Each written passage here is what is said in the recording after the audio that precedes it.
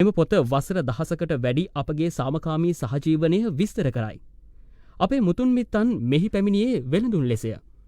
විමර්ශන commission සභාව සඳහන් කරන්නේ පළමු වෙළෙන්දෝ ක්‍රිස්තු වර්ෂ 7 වන සීවසේදී පමණ මෙහි පැමිණි ඇති බවත්, ඒට පසු මුස්ලිම්වරු ශ්‍රී ලංකාවේ සිංහල ප්‍රජාව සමග අන්‍යෝන්‍ය වශයෙන් වාසිදායක සම්බන්ධතාවයක් තහවුරු කරගත් බවත්, එය වාර්ගික හා ආගමික මිත්‍රත්වයට අඩිතාලම දැමූ බවත් මෙම පොත මගින් තහවුරු කරන බවය.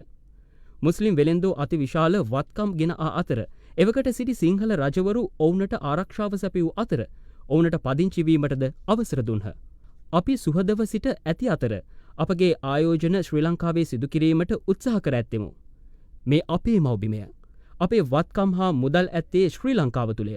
ලන්දේසි, පෘතුගීසි හා බ්‍රිතාන්‍ය කලා මෙන් අප මේ රට කොල්ල කෑවේ නැත. අපේ මව්බිමට සේවය කිරීමට අප ගන්නා උත්සාහයේදී සිංහල ද්‍රවිඩ හා කිතුණුවන් අපගේ සහෝදරයන් වන අතර කිසිවෙකුට එම අයිතිය අපෙන් ලබා ගැනීමට හෝ වැළැක්වීමට නොහැක.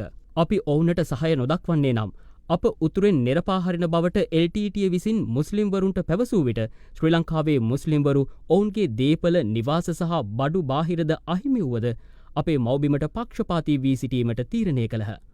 අපි අපේ වත්කම් සහ ජීවනෝපායන් අතහැර සරණාගතයන් ලෙස ජීවත් වුනෙමු. එසේ LTTE විසින් උතුරෙන් නිරපාහරින ලද අයගෙන් එක් අයෙක් මම වෙමි.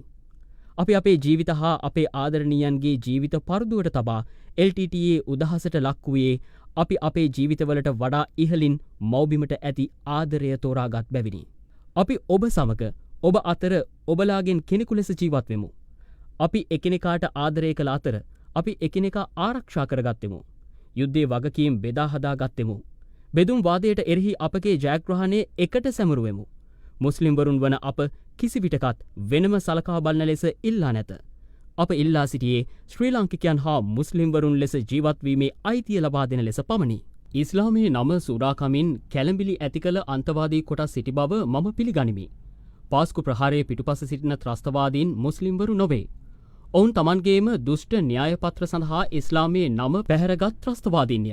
මගේ අභිප්‍රාය ඔවුන් ආරක්ෂා කිරීම නොවේ. මගේ ජීවිතයේ අනතුරේ තිබුණත් මට කිසිම ත්‍රස්තවාදියෙකු ආරක්ෂා කිරීම හෝ සහාය දීම කළ නොහැකි හා කවදාවත් නොකරන දෙයකි. මම මෙහි පැමිණියේ මුස්ලිම් ප්‍රජාවන අප ඕනෑම ආකාරයක ත්‍රස්තවාදයකට සහ ප්‍රචණ්ඩ අන්තවාදයකට එරෙහිව අද සහ සදහටම ඔබ සමග සිටින බව ඔබට දැනුම් දීමටය.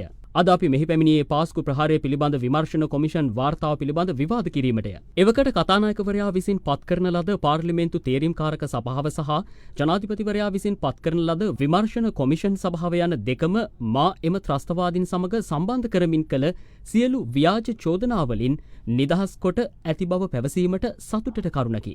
ව්‍යාජ චෝදනාවලින් මම වරින් වර ප්‍රකාශ කළ පරිදි නිදහස් කොට ඇති බව පැවසීමට සතුටට කරුණකි. අද විමල් වීරවංශ වැනි අය පවා මගේ නම භාවිතා කරමින් මතභේදාත්මක ප්‍රකාශ කරමින් සිටිති. ඔහු පවසන්නේ මම සහරන් සමග සම්බන්ධකම් පැවැත්වූ බවත්. ඔහු මේ කියන්නේ එක සාක්ෂියක්වත් නොමැතිවය. මම හෝ මගේ සහෝදරයා සහරාන් අපේ ජීවිතයේදී දැනගෙන හෝ හමු වී නැති නිසා එවැනි සාක්ෂි කවදාවත් තිබිය නොහැකිය. ඔහු මේ බව ප්‍රකාශ කළේ ඉස්ලාම් අන්තවාදය පාස්කු කොමිසමෙන් ඔබ්බට නම් වැඩසටහනකදීය.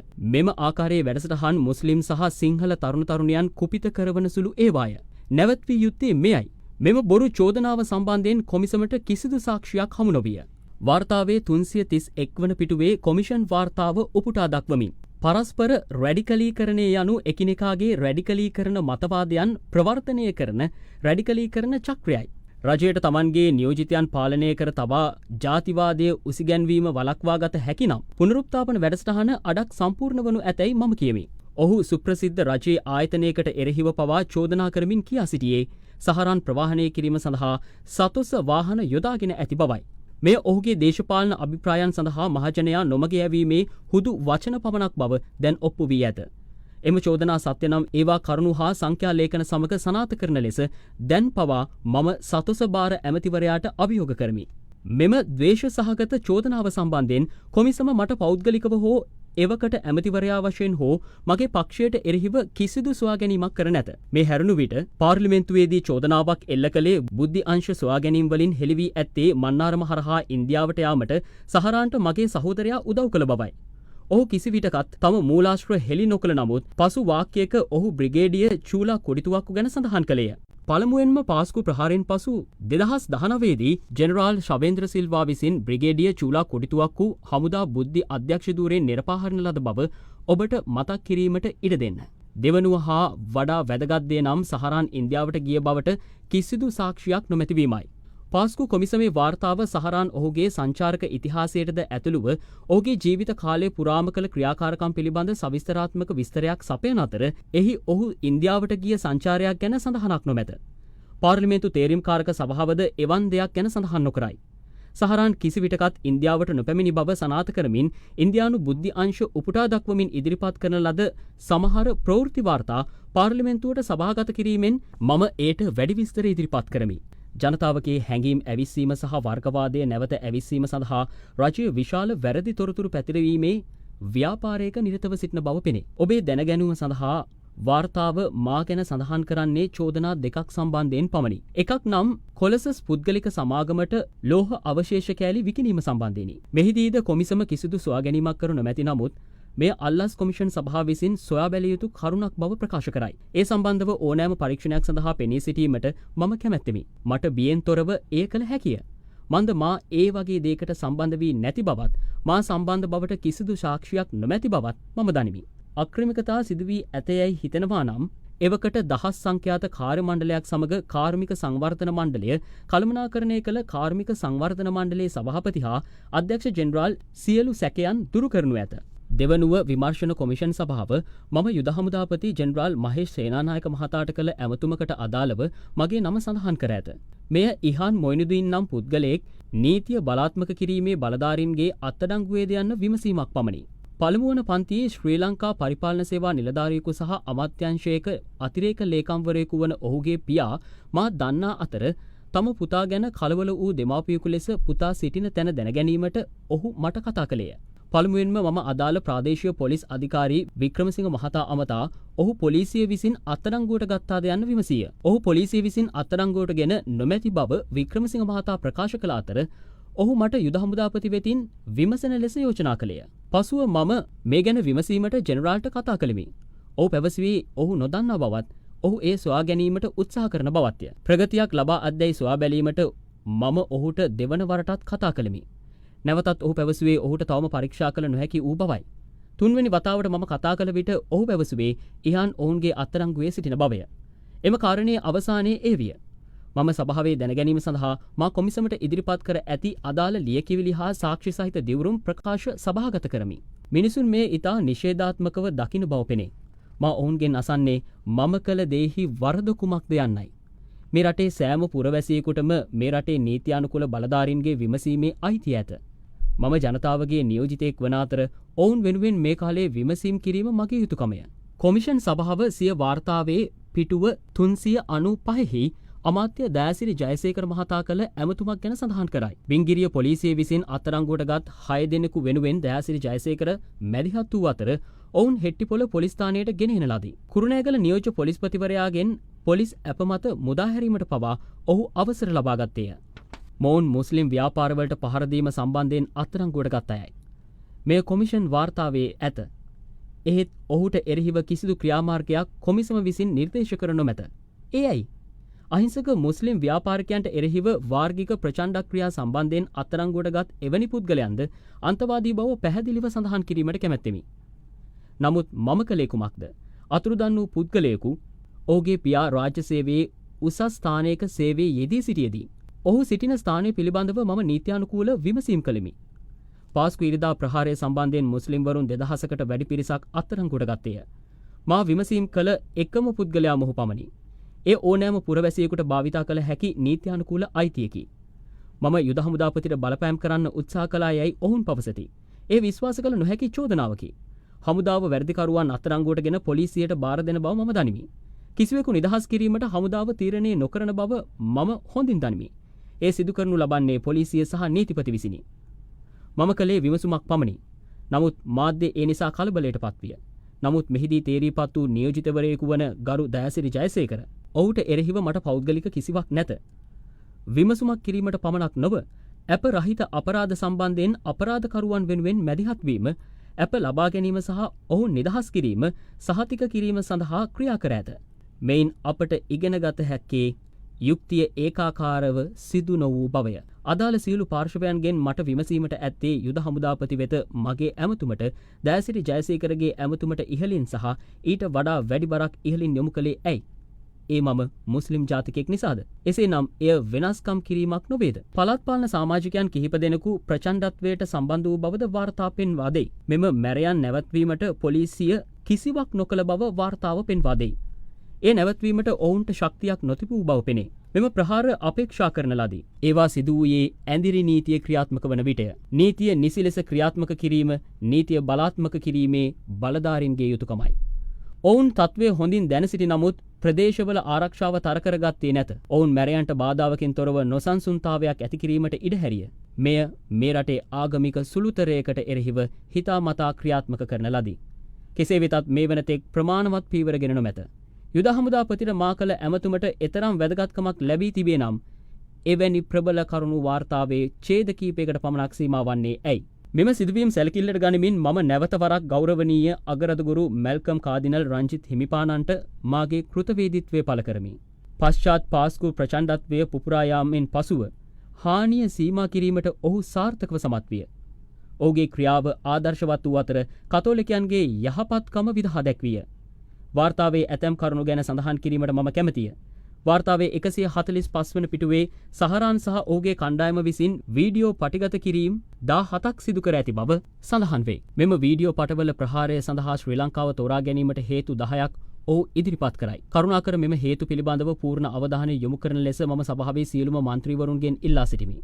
මෙම හේතු නම් අල්ලා දෙවියන්ට නින්දා හා අපහාස කිරීම, කුලියාපිටියෙහි අල්ලා යන නාමය ඌරන්ගේ පින්තූර මත මුද්‍රණය කිරීම, අල්ලා නැවත ඉපදෙන බව ඥානසාර හිමියන් සඳහන් කිරීම, මුහම්මද් නබිතුමන්ට නින්දා කිරීම සහ අපහාස කිරීම, අල් කුර්ආනයේ ඉරා දැමීම හා පුළුස්සා දැමීම, මුස්ලිම් පල්ලි විනාශ කිරීම, මුස්ලිම්වරුන්ගේ නිවාස විනාශ කිරීම සහ බලහත්කාරයෙන් ඉඩම් අත්පත් කර ගැනීම, බුද්ධ්‍යංශ නිලධාරීන් විසින් මුස්ලිම් කාන්තාවක් දූෂණය කිරීම සහ එය වසන් කිරීම, ශ්‍රී ලංකාව ඉස්ලාමයට එරෙහි ජාත්‍යන්තර කුරුස යුද්ධයේ හවුල්කරුවෙකු බවට පත්වීම, අල්ලා නොඇදහිලිවන්තයන් දුටු තැන මරා දැමීමට අනකර ඇතැයි පැවසීම.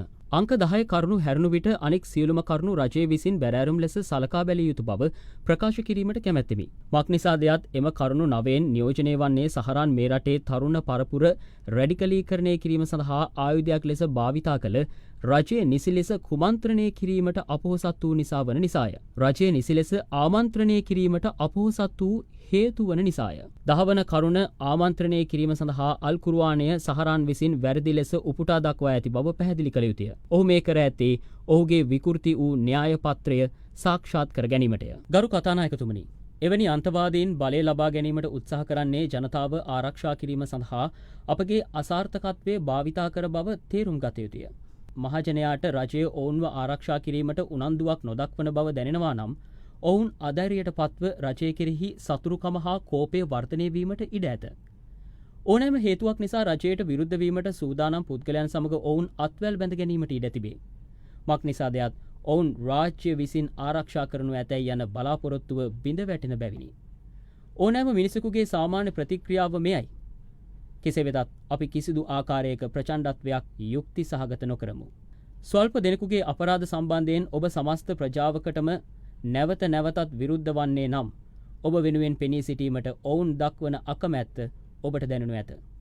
අවසානයේදී ඔවුන් වැඩියෙන් රැඩිකලීකරණය වී ඔබට එරෙහිව නැගී සිටිනු ඇත.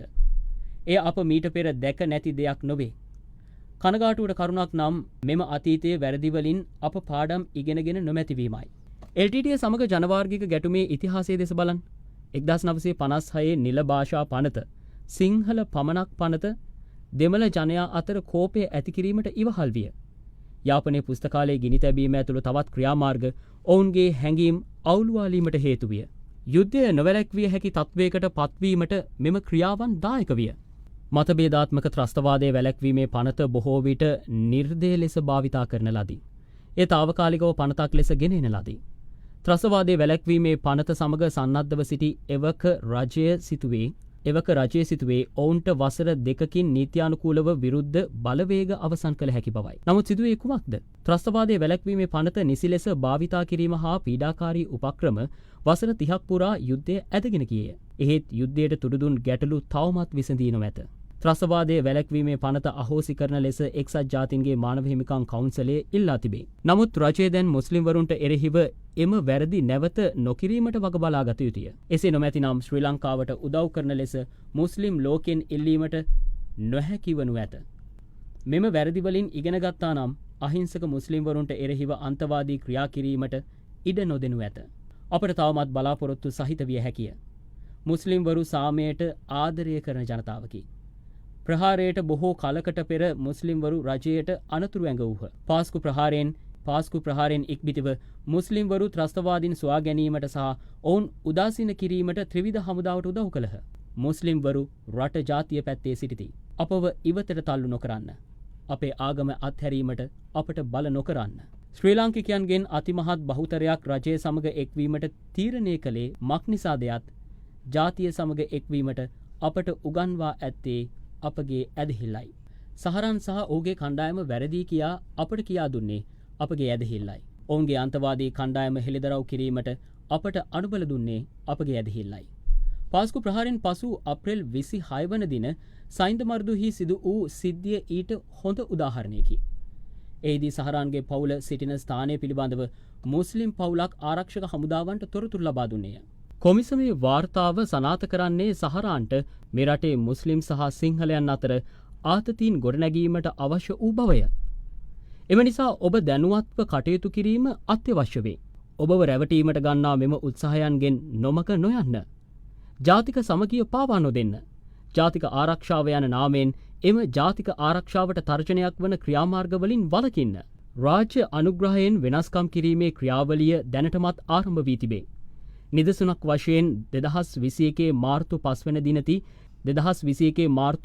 දිනති රේගු නියෝජ්‍ය අධ්‍යක්ෂකගේ අත්සනින් ප්‍රකාශයට පත් කරන ලද දැන්වීමක දැක්වෙන්නේ රට තුළ ගෙන එන ඕනෑම ඉස්ලාමීය ආගමික ග්‍රන්ථයක් නිකුත් කළ යුත්තේ ආරක්ෂක අමාත්‍යංශයේ අනුමැතිය මත පමණක් බවයි. මද්‍රසා තහනම් කළ යුතු බවට මහජන සාමය පිළිබඳ අමාත්‍ය සරත් වීරසේකරගේ ප්‍රකාශයක්ද තිබේ. මුස්ලිම් ප්‍රජාවේ සමාජිකයෙකු වශයෙන් මා අප්‍රසාදයට පත්ව සිටින අතර මගේ ජනතාවද එසේමය. මේවා වෙනස්කම් කිරීමේ ක්‍රියාවන් වන අතර විශේෂයෙන් ආණ්ඩුක්‍රම ව්‍යවස්ථාවේ 10 වන වගන්තිය වන සිතීමේ නිදහස, හෘද සාක්ෂිය සහ ආගමික නිදහස උල්ලංඝනය කිරීමකි. කොමිෂන් වාර්තාව වෙනත් කණ්ඩායම් අන්තවාදී ක්‍රියාකාරකම්වල යෙදී ඇති බවට හොඳ සාක්ෂියක් දරනු ඇත. ගලගොඩ අත්තේ ඥානසාර හිමියන්ගේ ක්‍රියාකාරකම් ඉස්මතු කර ඇති අතර වාර්තාව මගින් බොදුබල සේනා සංවිධානය තහනම් කිරීමටද ඉල්ලා සිටි. තවද මහරගම සහ අලුත්ගම සිද්ධියේදී ඔහු කළ කතාවලට 2007 අංක 56 දරන සිවිල් හා දේශපාලන අයිතිවාසිකම් පිළිබඳ ජාත්‍යන්තර සම්මුතිය යටතේ ඔහුට එරෙහිව අපරාධ නඩු පැවරීමට නීතිපතිවරයා විසින් සලකා බැලිය යුතු බව විමර්ශන කොමිෂන සභාව නිර්දේශ කරයි. සිහල රාවය, මහසොන් බලකාය, සිංහලේ ජාතික බලමුළුව, සිංහලේ ජාතික සංවිධානය සහ ශිව සේනා ව්‍යාපාරය වැනි සංවිධානද ඔවුන් විසින් ඉස්මතු කර තිබේ. ඔවුන්ගේ අන්තවාදී ස්වභාවය උපකල්පනය කරන්නේ මා නොවේ. කොමිෂන් වාර්තාව මගේ සාක්ෂි ලෙස ක්‍රියා කරයි. නමුත් තවමත් ගලගොඩත්තේ ඥානසාර හිමියන් ස්වාධීන රූපවාහිනී ජාලයේ වැඩසටහනකදී මෑතකදී ජාතිවාදය උසිගන්වන අයුරින් කතා කළේය. ඔහු මෙතරම් නිර්භයව පදනම් විරහිත චෝදනා ඉදිරිපත් කරන්නේ ඇයි? ඔහු වැඩ කරන්නේ කා වෙනුවෙන්ද? එහෙත් එපමණක් නොව මේ ආකාරයේ ක්‍රියාකාරකම් මුස්ලිම් සහ සිංහල තරුණ තරුණියන් රැඩිකලීකරණය කරන අතර එය අපව කනස්සල්ලයට පත් කරයි. ඔවුන්ගේ අන්තවාදී ස්වභාවය පැමිණෙන්නේ කොහෙන්ද? කොමිෂන් වාර්තාවට අතිරේකව ඔවුන්ගේ අන්තවාදය පිළිබඳ වීඩියෝ දර්ශන සාක්ෂි ඕනෑ තරම් තිබේ. මෙම කණ්ඩායම් තුළ අන්තවාදය මැඩපැවැත්වීමට ඔබ යෝජනා කරන්නේ කුමක්ද? අවම වශයෙන් ඔබ පළමුව ඔවුන් පුනරුත්ථාපනය කරනවාද? ගරු කතානායකතුමනි, සහරන්ගේ ක්‍රියාවන්ට එරෙහිව දැඩි හඬක් නැගූ මුස්ලිම්වරුන් අත්අඩංගුවට ගැනීම පිළිබඳව මම ඔබේ අවධානය යොමු කරමි. අසත් සාලි අත්අඩංගුවට ගෙන දින 30ක් පමණ ගත වී ඇත. සහරන් අත්අඩංගුවට ගත යුතු භයානක අපරාධකරුවෙකු බව 2017 දී ප්‍රසිද්ධියේ ප්‍රකාශ කළේ ඔහු බව මම ඔබට මතක් කර දිය යුතුය. නමුත් පාස්කු ප්‍රහාරවලට සම්බන්ධ බවට චෝදනා කරමින් රජය ත්‍රස්තවාදයේ වැළැක්වීමේ පනත යටතේ ඔහුව අත්අඩංගුවට ගෙන තිබේ. මානව හිමිකම් නංවාලීම සඳහා ක්‍රියාකාරී දායකත්වයක් ලබා දුන් තවත් කීර්තිමත් පුද්ගලයෙකු වන හිජාස් හිස්බුල්ලාද ත්‍රස්තවාදයේ වැළැක්වීමේ පනත යටතේ අත්අඩංගුවට ගෙන තිබේ. ISISට එරෙහිව ලියූ කවියක් නිසා අහ්නාෆ් ජසීම් අත්අඩංගුවට ගනු ලැබිය. ඔහුගේ කාව්‍යවල අඩංගු වූයේ ත්‍රස්තවාදයට එරෙහි කෘති මිස වෙන කිසිවක් නොවේ. ඔහු පසුගිය වසරේ අප්‍රේල් 15 වන දින අත්අඩංගුවට ගනු ලැබුව අතර ඔහුට එරෙහිව කිසිදු චෝදනාවක් නොමැතිව දිගටම රඳවාගෙන සිටින්නේ ඔහු ISISට එරෙහිව කවියක් ලියා ඇති නිසාය. අත්අඩංගුවට ගත් තවත් පුද්ගලයෙකු වන්නේ අහමඩ් අර්ෂාඩ්ය. ව්‍යාජ සමාජ මාධ්‍ය ගිණුමක් යටතේ කළ ප්‍රකාශයක් හේතුවෙන් ඔහු අත්අඩංගුවට ගෙන ඇති අතර විමර්ශන බලධාරීන් මේ බව නිසකවම දනී. ඔහුට බිරිඳක් සහ දරුවෙකු සිටින අතර ඔවුන්ට තමන් වෙනුවෙන් උපයා ගැනීමට මාර්ගයක් නොමැත. ත්‍රස්තවාදයේ වැළැක්වීමේ පනත මෙතරම් පීඩාකාරී ලෙස හා විරුද්ධව භාවිතා කර ඔවුන්ගේ ජීවනෝපාය අවසන් කිරීමෙන් මෙම පුද්ගලයන් ස්වභාවිකවම රැඩිකලීකරණය වීමට ඉඩ ඇත. මෙම කරුණු බැරෑරුම් ලෙස සොයා බලන ලෙස මම රජයෙන් ඉල්ලා සිටිමි. මක් නිසාදයත් රාජ්‍ය අනුග්‍රහයෙන් සාමයට ආදරය කරන මුස්ලිම්වරුන්ට දේශපාලනිකව හිංසා පීඩා කිරීම සහ සැබවින්ම අන්තවාදයට උසිගන්වන අයට සමාව දීමට රජය මැදිහත් වී ඇති බව පෙනෙන බැවිනි. රටේ ප්‍රතිපත්ති සමස්ත මුස්ලිම් ප්‍රජාවට විරුද්ධ නොවිය යුතුය. මේ රටේ සුළු ජාතින් වන අප සැමට අපේ රටේ නිදහසේ අපේ ආගම පිළිපැදීමට හා ප්‍රකාශ කිරීමට විවස්ථාමය අයිතිය හිමිකම් ඇත. එක් විශේෂ ප්‍රජාවක් ඉලක්ක කරගත් ඕනෑම නීති සම්පාදනයක් හෝ පරිපාලනමය ක්‍රියාවක් අපේ විවස්ථාව උල්ලංඝනය කිරීමකි. ඒ ශ්‍රී ලංකාව විසින් අනුමත කරන ලද සෑම මූලික ගිවිසුම් හා සම්මුති උල්ලංඝනය කිරීමකි. මුස්ලිම් ප්‍රජාවට එරෙහිව අත්නෝමතික ලෙස ක්‍රියා කිරීම නිසා එක්සත් ජාතීන්ගේ මානව හිමිකම් කවුන්සලය හා මූලික ගිවිසුම් හා සම්මුති අධීක්ෂණ ආයතන වලින් ශ්‍රී ලංකාවට ගැලවීමක් නැත. මෙය වෙනත් ආකාරයක අන්තවාදයයි. මෙරටේ සාමයට ලැදි ජනතාව වන අපි අන්තවාදය වෙනුවෙන් පෙනී නොසිටින අතර ඒ රජය විසින් අනුමත කරනු ලැබුවද වෙනස්කම් කිරීම වෙනුවෙන්ද පෙනී නොසිටිමු. බුර්කාව තහනම් කරන බව අමාත්‍ය සරත් වීරසේකර මහතාද අපට දන්වා සිටි. රටපුරා මුහුණු ආවරණ පැළඳීම අනිවාර්ය බව ජනතාවට කියනු ලැබේ. වෛද්‍ය මුහුණු ආවරණ, යතුරු පැදි හිස් වැස්ම, අව් කන්නාඩි, ඇස් කන්නාඩි, වෙලුම් පටි සහ තවත් බොහෝ මුහුණු ආවරණ පැළඳීම තහනම් කළහොත් මිස බුර්කාව සහ නිකාබ් තහනම් කිරීමට ඔබට කිසිදු පනතක් යටතේ නිර්දේශ කළ නොහැක. ගරු ඇමතිතුමනි, ඔබ ව්‍යවස්ථානුකූලව එවැනි නීතියක් ගෙන එන්නේ කෙසේද කියා කරුණාකර අපට කියන්න. ජාතිවාදී හා ඉස්ලාම් බීතිකා බලපෑම් ඇති නොකර ඔබ එවැනි නීතියක් ගෙන එන්නේ කෙසේද? ගෞරවනීය අධිකරණ ඇමතිතුමනි, මුස්ලිම් විවාහ හා දික්කසාද පනතේ ඇති සම්ප්‍රදායන් හා භාවිතයන් සියවස් ගණනාවක් පුරා ක්‍රියාත්මක වන බව ඔබ අන් සියල්ලන්ට වඩා දනි. 1951 දී විනිසුරු MT අක්බර් විසින් එය කේතනය කර නීතියක් ලෙස නීතිගත කරන ලදී. අපි වසර 800කට වැඩි කාලයක් ශ්‍රී ලංකාවේ නොවෙනස්ව මෙම පුරුදු සමග සාමෙන් ජීවත් වෙමු. අපි අපේ ඇදහිල්ල පිළිපදින අතර විවාහ කටයුතුවලදී අපේ සිරිත් විරිත් අනුගමනය කළෙමු. අපව සිංහලයන්, ද්‍රවිඩයන් හා කිතුණුවන් විසින් සමාන ලෙස පිළිගන්නා ලදී. මුස්ලිම් විවාහ හා දික්කසාද පනත කාටවත් කරදරයක් වීමට හේතුවක් වී නැත. ඇත්ත වශයෙන්ම මුස්ලිම් විවාහ හා දික්කසාද පනත ඇතුළු සියලුම නීති වරින් වර වැඩිදියුණු කිරීම අවශ්‍ය වේ. ගරු අධිකරණ අමාත්‍යවරයා මේ සම්බන්ධයෙන් දැනටමත් කටයුතු කර තිබීම ගැන මම සතුටු වෙමි. එක් රටක එක් නීති ප්‍රතිපත්තියක් ගැන කතා කරන එක් නීති ප්‍රතිපත්තියක් ගැන කතා කනට මිහිරිය. සියලු මිනිසුන් සඳහා සමාන චර්යාධර්ම පද්ධතියක් තිබීම සතුටට කරුණකි. ගැටලුව වන්නේ එය ප්‍රායෝගික නොවීමයි. මුළු ලෝකයටම සමාන නීති මාලාවක් නැත්තේ ඇයි කියා ඔබ ඔබෙන්ම අසා තිබේද? පිළිතුරු නම් අප විවිධ සංස්කෘතින් හා පසුබිම්බලායයි. අපි විවිධ පරමාදර්ශ සහ ආර්ථික තත්ත්වයන් බෙදා ගනිමු. අප විවිධාකාර පුද්ගලයන් සමූහයක් වන අතර රටක නීතිය එම විවිධත්වය පිළිබිඹු කළ යුතුය. එවිට අපට එකමුතුව ජීවත් විය හැකි. එසේ නොවේ නම් විවිධ පුද්ගලයින්ගේ සෑම කණ්ඩායමක්ම සොයං නිර්ණය අයිතිය එල්ලා සිටීමට පටන් ගනී. ජාත්‍යන්තර මානුෂීය නීතිය සහ ජාත්‍යන්තර මානව හිමිකම් නීතිය මුළු ලෝකයටම සමාන ලෙසත් අනිකුත් සියලුම අංශ සඳහා දේශීය නීතිය ලෙසත් ලෝකයේ ක්‍රියාත්මක කරන්නේ මේ නිසාය. ශ්‍රී ලංකාවද ඊට වෙනස් නොවේ. සියලුම ශ්‍රී ලාංකිකයන්ට අදාළ වන පරිදි නීති මාලාවක් අප සතුව ඇති අතර විවිධ ප්‍රජාවන්ගේ අවශ්‍යතාවයන්ට සරිලන පරිදි අපට සාම්ප්‍රදායික නීති තිබේ. මෙය සෑම කෙනෙකුම සතුටින් තබන කදිම පද්ධතියකි. එබැවින් කරුණාකර සියලු මුස්ලිම්වරුන්ගේ විශ්වාසයන්ට හානියක් නොකරන්න. මන්ද එසේ කළහොත් එයින් විය හැක්කේ මුස්ලිම් ප්‍රජාව තවත් කොන් කිරීම පමණි. ඒ රැඩිකලීකරණය ආපසු හැරවීම සඳහා ධනාත්මක පීවරක් නොවනු ඇත. රැඩිකලීකරණය ආපසු හැරවීම ගැන කතා කරන විට යෝජිත පුනරුත්ථාපන හා රැඩිකලීකරණය මර්ධනය කිරීමට වැඩසටහනක් සම්බන්ධව 2021 මාර්තු 12 වන දින ගැසට් පත්‍රයක් සම්මත කරන ලදී. පුනරුත්ථාපන වැඩසටහන ලෝකයේ බොහෝ ප්‍රදේශවල පවතින අන්තවාදයේ වර්තමාන ප්‍රවණතාව පරාජය කිරීම සඳහා වැදගත් හා ඵලදායී උපාය මාර්ගයකි. LTT හිටපු සටන්කරුවන් පුනරුත්ථාපනය කිරීම සඳහා අපට සමාන වැඩසටහනක් තිබූ අතර එම වැඩසටහන අතිවිශාල සාර්ථකත්වයක් ලැබිය. සහරන්ගේ අන්තවාදී කණ්ඩායමේ සමාජිකයන් සහ සිහල රාවය මහසොන් බලකාය, සිංහලේ ජාතික බලමුළුව, සිංහලේ ජාතික සංවිධානය සහ ශිවසේනා ව්‍යාපාරය වැනි සමාන අන්තවාදී සංවිධානවල සමාජිකයන්ද පුනරුත්ථාපනය කිරීම සඳහා අපට එවැනි වැඩපිළිවෙලක් අවශ්‍ය වේ. නමුත් යෝජිත ප්‍රති රැඩිකලීකරණය කිරීමේ ව්‍යාපෘතියට අපි විරුද්ධ වෙමු. මෙවැනි වැඩසටහනක් තිබිය යුතු බවට අපි එකඟ වන බව මම නැවත අවධාරණය කරමි. නමුත් යෝජිත වැඩසටහන කිසිසේත් පිළිගත නොහැකිය. මිනිසුන්ගේ විශ්වාසයන් ඉවත් කිරීමෙන් ඔබට ඔවුන් ප්‍රති රැඩිකලීකරණය කළ නොහැක. එය තවදුරටත් රැඩිකලීකරණයට තුඩු දෙනු ඇත. මිනිසුන්ගේ පූජනීය ආගමික විශ්වාසයන් ඔවුන්ගෙන් බලහත්කාරයෙන් ඉවත් කිරීමට නොහැකිය. එය මූලික අයිතිවාසිකම් උල්ලංඝනය කරනු ඇත. එය භයානක පියවරක් සහ හානිකර වනු ඇත. අපි එම ව්‍යාපෘතියට තදින්ම විරුද්ධ වෙමු. ශ්‍රී ලංකාවේ භික්ෂුන් වහන්සේලාගෙන් බහුතරය මෙත්තා, කරුණා, මුදිතා, උපේක්ඛා සැබවින්ම විශ්වාස කරන, සාමයට ආදරය කරන භික්ෂූන් බව මට විශ්වාසය. මෙම භික්ෂූන් වහන්සේලාගෙන් බොහෝ දෙනෙක් මෙම සමහර අන්තවාදීන්ගේ ප්‍රචණ්ඩකාරී ක්‍රමවලට එකඟ නොවෙති.